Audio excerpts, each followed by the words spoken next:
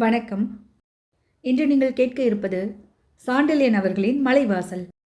அத்தியாயம் 5. உபாத்தியாயன் உயிர். ஈட்டி காயத்திலிருந்து வழிந்த இரத்தத்தால் ஏற்கனவே சிவந்திருந்த அஜித் சந்திரன் முகம் வெளி முற்றத்தை அடுத்து நின்ற தூண்களில் பொருத்தப்பட்டிருந்த தீப்பந்தங்களின் ஜுவாலையில் இன்னும் அதிக சிவப்பாக தெரிந்தது. சாதாரணமாகவே பிரகாசிக்கும் கண்கள் தீப்பொறிகள் போல் தெரிந்தன.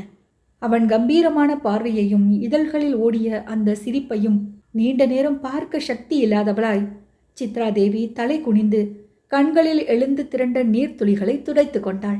மரணம் எதிரில் நிற்கும் அந்த சமயத்திலும் அவனால் சிரிக்க முடிந்த நெஞ்சு துணிவு அவளுக்கு ஆச்சரியத்தையே கொடுத்தது.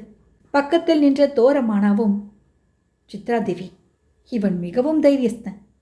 குப்த வம்சத்தில் இவனைப் போல 10 பேர் இருந்தால் ஹிந்துஸ்தானத்தை ஜெயிக்கவே முடியாது என்றான். சித்ராதேவிக்கு அந்த சமயத்தில் ஹிந்துஸ்தானத்தை பற்றியோ பூமியின் வேறு எந்த பிரதேசத்தை பற்றியோ கவலை எதுவும் இல்லை. உபாத்தியாயன் கதியை பற்றிய எண்ணமே அவள் இதயத்தை சூழ்ந்திருந்தது. கோதண்டத்தில் கட்டப்பட்டிருந்த உபாத்தியாயன் எதிரில் உடையேதும் இல்லாமல் பருமனும் உயரமுமாய் ராட்சசன் போல் நின்று கொண்டிருந்த ஹீனன் எந்த சமயத்தில் கசையடியை தொடங்கி விடுவானோ என்ற திகில் அவள் மனதை வாட்டிக் கொண்டிருந்தது. ஆகட்டும் என்று உத்தரவிட்டான் அடிலன்.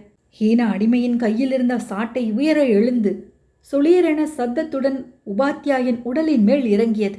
முதல் அடியை கொடுத்துவிட்ட ஹீன அடிமை, உபாத்தியாயருக்கு மொத்தம் எவ்வளவு அடிகள் கொடுக்கும்படி உத்தரவு என்று கேட்டான். மடையா, இவன் உயிர் போவதற்கு எவ்வளவு அடிகள் தேவை என்பது எனக்கு எப்படி தெரியும் என்று சொல்லிவிட்டு தன் பதிலில் அடங்கிய ஹாஷ்யத்தை நினைத்து இடி இடி என பயங்கரமாக சிரித்தான் அடிலன். கூட்டத்திலிருந்த இதர ஹீனர்களும் சிரித்தார்கள். இருவரை தவிர. ஒருத்தி சித்ராதேவி, இன்னொருவன் தோரமானா.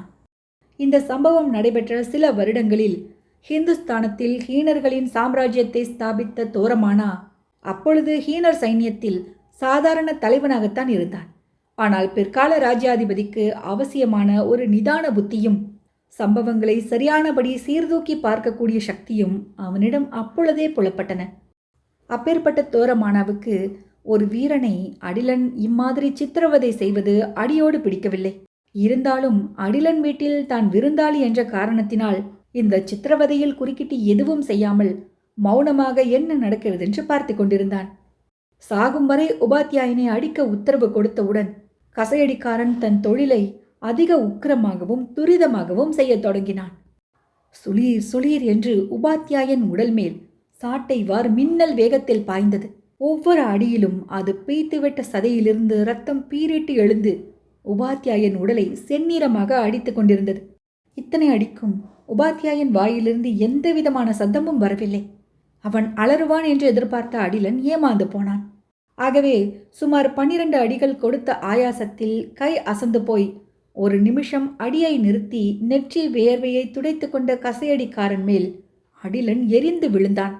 டேய், 12 அடிப்பட்டவனுக்கு ஆயாசமில்லை, அடித்த உனக்கு அவ்வளவு ஆயாசம் வந்து விட்டதா? ஆகட்டும், சீக்கிரம் இவன் உயிர் போகாவிட்டால் உன் உயிரை வாங்கி விடுவேன் என்று அடிலன் கூவினான். அந்த கூச்சலால் நடுங்கிய கசையடிக்காரன் மீண்டும் சாட்டையை ஓங்கினான். நிறுத்து அடியை என்று அதிகாரமான குரல் அவனை ஸ்தம்பிக்க செய்தது. கும்பலை விலக்கி தள்ளிவிட்டு சித்ராதேவி கசையடிக்காரன் எதிரில் வந்து, கொடு அந்த சாட்டையை இப்படி என்றாள்.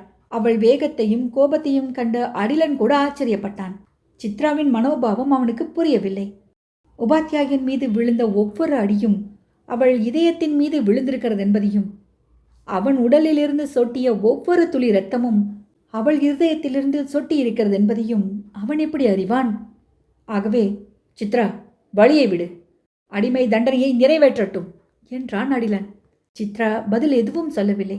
சாட்டையை கொடுத்து விடும்படி கசையடிக்காரனிடம் கையை நீட்டினார். கசையடிக்காரன் நிலைமை தர்ம சங்கடமாக இருந்தது. எஜமானன் ஒருவித உத்தரவையும் எஜமானுடைய பெண் அதற்கு நேர்மாறான மற்றொரு உத்தரவையும் இடும்போது யார் உத்தரவை நிறைவேற்றுவது என்பதை அறியாமல் தவித்தான். சித்ராதேவியின் கோபம் எல்லை மீறி விடவே ஒரே பாய்ச்சலில் கசையடிக்காரன் மீது பாய்ந்து சாட்டையை பிடுங்கி கொண்டாள். நான் உத்தரவிடும்போது அதை எதிர்த்து நிற்க உனக்கு எவ்வளவு துணிச்சல்! இதோ இது எப்படி இருக்கிறது பார் என்று சாட்டையை ஓங்கி வீசினாள். சுளீர் சுளீரென மின்னல் வேகத்தில் இறங்கிய சாட்டை அடிகளை தாங்க முடியாமல் கசையடிக்காரன் வெளிமுற்றத்தின் ஒரு மூலையிலிருந்து இன்னொரு மூலைக்கு ஓடினான். ஐயோ ஐயோ என்று அலறினான். சித்ராதேவி அவனை விடாமல் துரத்தி துரத்தி அடித்து கொண்டே, உனக்கு வலிக்கிறதா? இந்த வலியை கூட தாங்க முடியாத நீ ஒரு வீரனா? உபாத்தியாயர் அத்தனைக்கும் வாய் திறந்தாரா? பார்த்தாயாம் என்று சீறி பேசினாள். கொடுமையே அவதாரமான அடிலன் அடிமை அடிபடுவதை மிகவும் ரசித்தான். கசையடியில் அவன் துள்ளி ஓடுவது அவனுக்கு வேடிக்கையாக இருந்தது. ஹிம்சையை ரசிப்பதில் ஹீனர்கள் மிகச் சிறந்தவர்கள் என்பதை சரித்திரமே சொல்கிறது. கசையடிக்காரன் அடி தாங்க மாட்டாமல் எஜமான் எஜமான் என்று கதறினான். பிரம்மாண்டமான அவன் சரீரத்தில் இருந்த இரத்தம் ஆறாக பெருக்கிக் கொண்டிருந்தது. அடிமையின் கூக்குரலும் தான் அஜித் சந்திரனுக்கு அளித்த தண்டனை நிறைவேற்றப்படாமல் பாதியில் நிற்பதனாலும் அடிலன் குறுக்கிட்டு, சித்ரா, என்ன இது? சாட்டை அவனிடம் கொடுத்து விடு என்றான். இந்த உத்தரவை கேட்ட சித்ரா தேவி கசையடிக்காரனை துரத்துவதை விட்டுவிட்டு தன் தகப்பனாரிடம் வந்து, உபாத்தியாயரை எதற்காக கொல்ல பார்க்கிறீர்கள் என்று கேட்டாள்.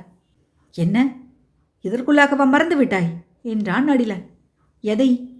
என் வார்த்தையை.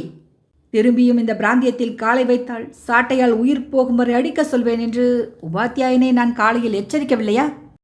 உபாத்தியாயர் தாமாக மாளிகைக்குள் வரவில்லையே, நீங்கள் தானே கட்டாயப்படுத்தி கட்டிக்கொண்டு வந்தீர்கள். இதற்கென்ன பதில் சொல்வதென்று அடிலனுக்கு தெரியவில்லை. இந்த புரட்சிக்காரனை நான் எப்படி உயிருடன் விட முடியும்? இவனை விட்டால் மற்றவர்களுக்கும் புரட்சி செய்ய துணிச்சல் உண்டாகிவிடாதா என்று கேட்டான். உபாத்தியாயர் என்ன புரட்சி செய்தார் என்று சித்ரா வினவினாள். என் உத்தரவை எதிர்த்து நிற்கும்படி வில்லவரை தூண்டினான். என் வேலைக்காரர்களில் ஒருவனை கொன்று விட்டான். நான் குதிரையை பலி கொடுத்திராவிட்டால் என்னையும் கொன்றிருப்பான். காலையிலிருந்து அவன் குணம் நிமிடத்துக்கு நிமிடம் மாறி வருகிறது. காலையில் பெண்ணுக்கு காதலனாயிருந்தான், இரவில் எனக்கு யமனாக பார்த்தான். இவனை இன்னும் விட்டு வைத்தால் என்னென்ன நடக்குமோ தெரியாது என்றான். அவன் பதிலில் இருந்த மற்ற அம்சங்களை சித்ராதேவி விட்டுவிட்டு உபாத்தியாயன் குற்றத்தை மட்டும் ஆராய்வதில் இறங்கினாள். நீங்கள் வில்லவருக்கு என்ன உத்தரவிட்டீர்கள்? எதை எதிர்த்து நிற்கும்படி உபாத்தியாயர் தூண்டினார் என்று கேட்டாள். அந்த கேள்வியால் அடிலன் அதிர்ச்சி அடைந்தான்.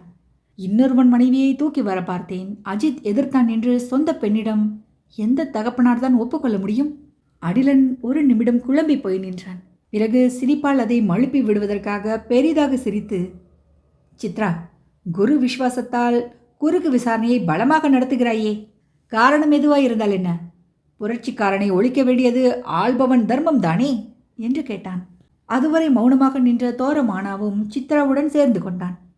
புரட்சி செய்தவனாயிருந்தால் அவனை தூக்கில் போட்டு கொண்டிருக்க வேண்டும். இவனை போன்ற வீரனை சித்திரவதை செய்வதற்கு எந்த நியாயமும் இல்லை, வீரன் செய்யக்கூடிய காரியமும் இல்லை என்றான் தோரமானா. அடிலன் சித்ராதேவியையும் தோரமானாவையும் மாறி மாறி பார்த்தான். உபாத்தியாயன் காட்சி வினாடிக்கு வினாடி பலப்பட்டு வருவது அவனுக்கு பெரும் சங்கடத்தை அளித்தது. அதற்குள் கோதண்டத்துக்கு அருகில் இருந்த இரு வேலையாட்கள் எஜமான் எஜமான் என்று கூச்சலிட்டு கொண்டு ஓடி வந்தார்கள். என்ன என்று சீறி திரும்பினான் அடிலன். உபாத்தியாயின் உயிர் போய்விட்டது, அதோ பாருங்கள், தலை தொங்கிவிட்டது என்றான் வேலைக்காரன். சித்ராதேவியின் இருதயம் கூட ஒரு வினாடி நின்று விட்டது. அடிலன் ஒருமுறை உபாத்தியாயனை நோக்கி கண்களை உயர்த்தினான். அஜித் சந்திரன் தலை துவண்டு தொங்கிக் கொண்டிருந்தது. நல்ல வேளை, ஒளிந்தான். இவன் இன்னும் அரை வினாடி இருந்தால் நம்மை கைகலக்க விட்டிருப்பான். வாருங்கள் போகலாம் என்று தோரமானாவிடம் கூறிவிட்டு, சித்ரா, உபாத்தியாயனை இனிமேல் நீ விடுதலை செய்துவிடு என்று அவளை பார்த்து நகைத்து கொண்டே வெளி முற்றத்தில் இருந்து வெளியேறினான். தோரமானாவும் இதர ஹீனர்களும் அவனை பின்தொடர்ந்து சென்றனர்.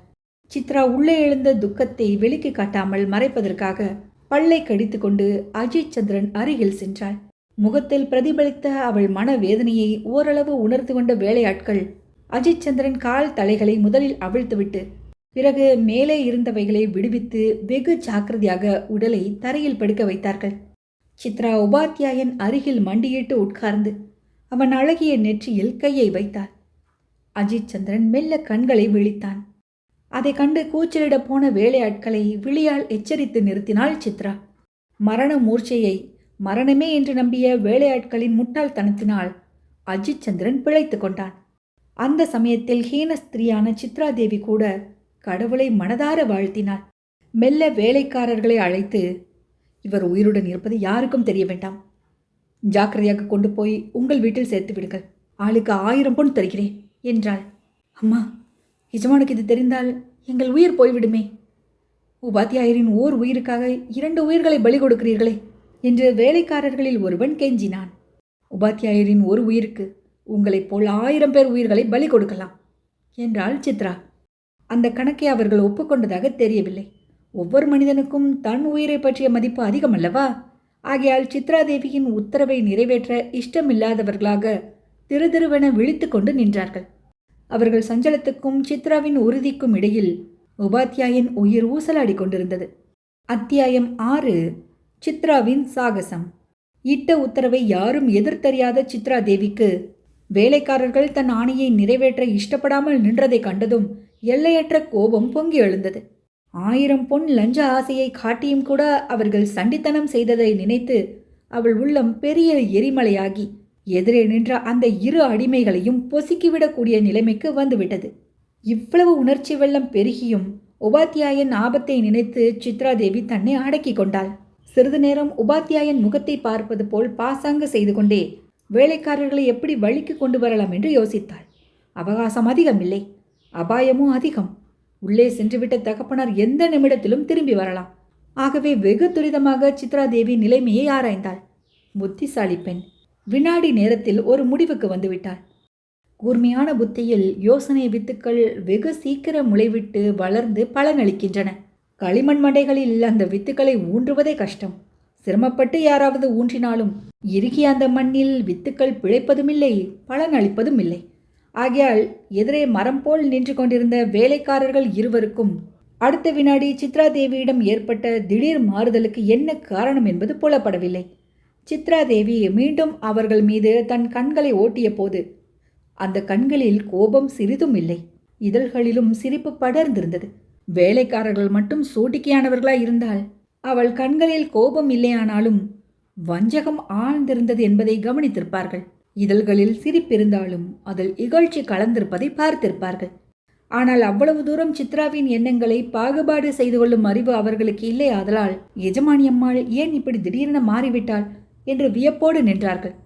அவள் வாயிலிருந்து வந்த வார்த்தைகள் அவர்களுக்கு இன்னும் அதிக ஆச்சரியத்தை அளித்தன. ஆம், நீங்கள் சொல்வதுதான் சரி. உபாத்தியாயரை நாம் எதற்காக காப்பாற்ற வேண்டும்?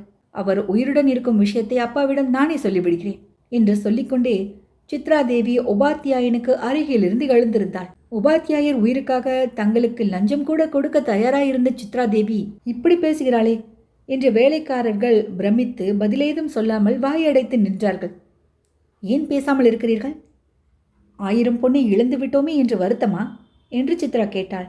தேவி, 1000 பொன் போனதில் எங்களுக்கு எப்படி வருத்தம் இருக்க முடியும்? அந்த 1000 பொண்ணுக்கு ஆசைப்பட்டு உபாத்தியாயரை தூக்கி சென்றிருந்தால் எங்கள் உயிரே போயிருக்குமே. நீங்கள் பெரிய மனது பண்ணி உங்கள் உத்தேசத்தை மாற்றிக்கொண்டதால் எங்கள் தலை தப்பி விட்டதே. அதற்கு நாங்கள் சந்தோஷப்படாமல் இருக்க முடியுமா என்றான் வேலைக்காரர்களில் ஒருவன். இந்த பதிலை கேட்ட சித்ராதேவியின் இதழ்களில் கோபம் கலந்த புன்முறுவல் அரும்பியது. அவள் கண்கள் உஷ்ணத்தை கக்கின. விஷ மாத்திரைக்கு சர்க்கரை மூடியிடும் வைத்தியனைப் போல் குரூரமான வார்த்தைகளை வெகு இனிப்பாக சொன்னாள். தலை தப்பியதற்காக சந்தோஷப்படுகிறீர்களா? தலை தப்பியதாக யார் சொன்னது என்று கேட்டாள். வேலைக்காரர்கள் முகத்தில் கிளி பரவியது. தேவி, தலை போக நாங்கள் என்ன குற்றம் செய்தோம் என்று கேட்டான் ஒருவன். சித்ராதேவியின் முகம் கோபத்தனலாக மாறியது. அதுவரை அவள் உணர்ச்சிகளை மூடி நின்ற வஞ்சகத்திரை விலகியது. என்ன குற்றமா? எஜமானை ஏமாற்றியது குற்றமல்லவா? அதைவிட என்ன பெரிய குற்றத்தை நீங்கள் செய்ய முடியும் என்று சீறினாள். எஜமானை ஏமாற்றினோமா? எப்பொழுது தேவி? முழு பூசணிக்காயை சோற்றில் மறைக்க பார்க்கிறீர்கள். உபாத்தியாயர் உயிருடன் இருக்கும்போதே இறந்து விட்டதாக இப்பொழுதுதானே சொன்னீர்கள். தேவி தேவி, அவர் உயிருடன் இருப்பது எங்களுக்கு தெரியாதே. தெரியாது என்பதற்கு என்ன அத்தாட்சி? வேலைக்காரர்கள் இருவரும் விழித்தார்கள். உபாத்தியாயர் உயிருடன் இருக்கும்போதே அவர் இறந்து விட்டதாக சொல்லி அவரை தப்புவிக்க நீங்கள் செய்திருக்கும் சூழ்ச்சியை தகப்பனாரிடம் சொல்வது என் கடமை அல்லவா என்று கேட்டாள் சித்ராதேவி. வேலைக்காரர்கள் மண்டையிலும் சித்ராதேவியின் சூழ்ச்சி மெல்ல மெல்ல உதயமாக தொடங்கியது.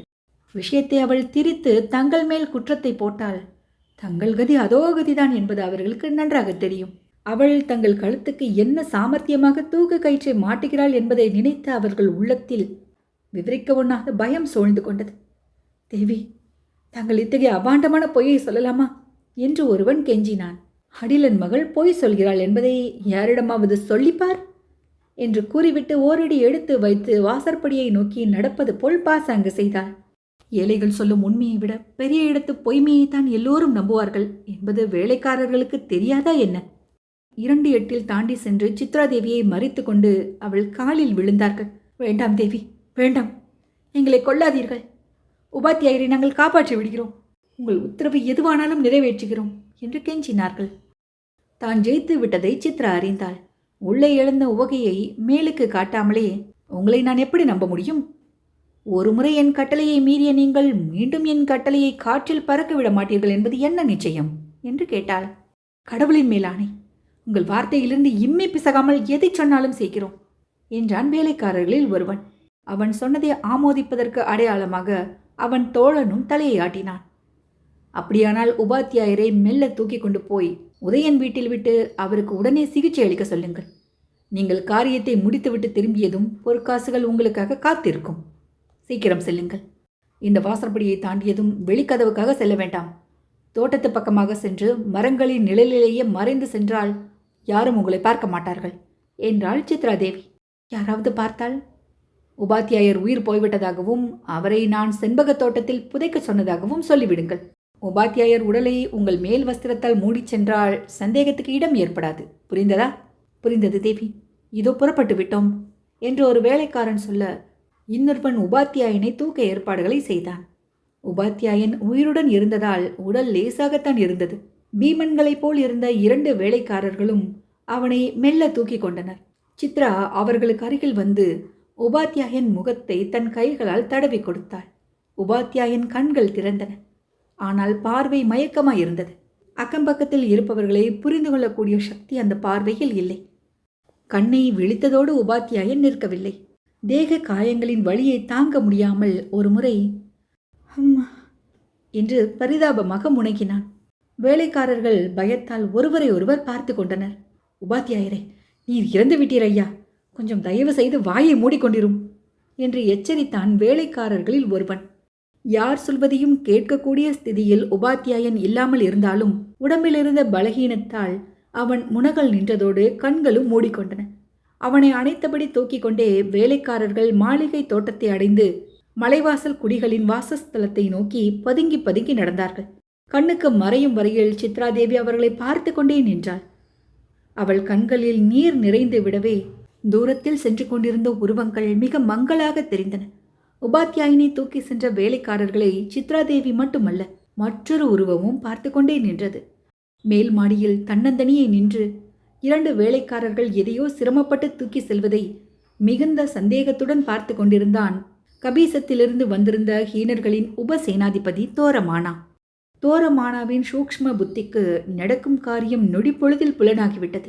தூரத்தில் நின்றிருந்தாலும் வேலைக்காரர்கள் கையில் தாங்கியிருப்பது மனித உருவம் என்பது நன்றாக தெரிந்தது. அந்த மனித உருவம் சற்று முன் சாட்டையால் அடிக்கப்பட்ட உபாத்தியாயன் உருவமானால் வேலைக்காரர்கள் அதை ஏன் புதைக்க எடுத்து செல்ல வேண்டும்? புதைக்க எடுத்து செல்வதானால் அதற்கு இவ்வளவு ஒளிவு மறைவு ஏன்? வேலைக்காரர்கள் ஏன் பதுங்கி செல்கிறார்கள் என்று தோரமானா சர்ச்சை செய்தான். சித்ராதேவி இத்தனை நேரம் வெளிமுற்றத்தில் என்ன செய்கிறாள் என்ற கேள்வியும் அத்துடன் இணைத்து கொண்டான். தோரமானாவின் கூறிய புத்திக்கு முடிவு ஒரு பிரமாத காரியமில்லை. மாடிப்படிகளில் வேகமாக இறங்கி விருந்தினர்கள் இருந்த கூட்டத்துக்கு வந்தான். வந்ததும் அவன் கண்கள் சித்ராதேவியை தேடின. பெண்கள் கூட்டத்தில் அப்பொழுதுதான் சித்ராதேவியும் கலந்து கொண்டாள். அவள் முகத்தில் இருந்த அமைதி தோரமானாவின் சம்சயத்தை அடியோடு தீர்த்துவிட்டது. யாருக்கும் தெரியாமல் வெளியே நழுவிய தோரமானா தோட்ட பக்கமாக வந்து வேலைக்காரர்கள் சென்ற திக்கை நோக்கி துரிதமாக நடந்தான்.